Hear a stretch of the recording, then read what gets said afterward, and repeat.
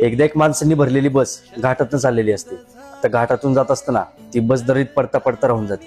पुढे गेलं एक भला मोठा दगड त्या बसवर पडता पडता राहून जातो. थोडं अजून पुढे गेलं त्या बस समोर एक वीज पडते.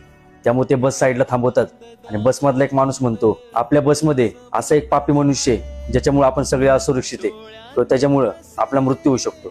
त्यामुळे तो एक योजना बनवतो. बस समोर एक झाड असतं. आता बसमधल्या प्रत्येक माणसाने उतरायचं आणि त्या झाडाला शिवून यायचं. जो माणूस पापी असेल ती वीज त्या माणसावर पडणार. आता बसमधला एक एक माणूस उतरतो आणि झाडाला शिवून येत असतो. आता सगळे शिवून येतात आणि शेवटी राहतो फक्त एक माणूस. सगळे त्या माणसाकडे बघत असतात. तो माणूस घाबरत घाबरत त्या झाडापाशीच जातो आणि झाडाला शिवतो. जसं तो झाडाला शिवतो तशी एक जोरात वीज पडती, पण ती वीज बसवर पडती आणि बसमधले सगळे मृत्यू पावतात. आता बसमध्ये तो एकटा चांगला माणूस असल्यामुळं ती बस सुरक्षित होती.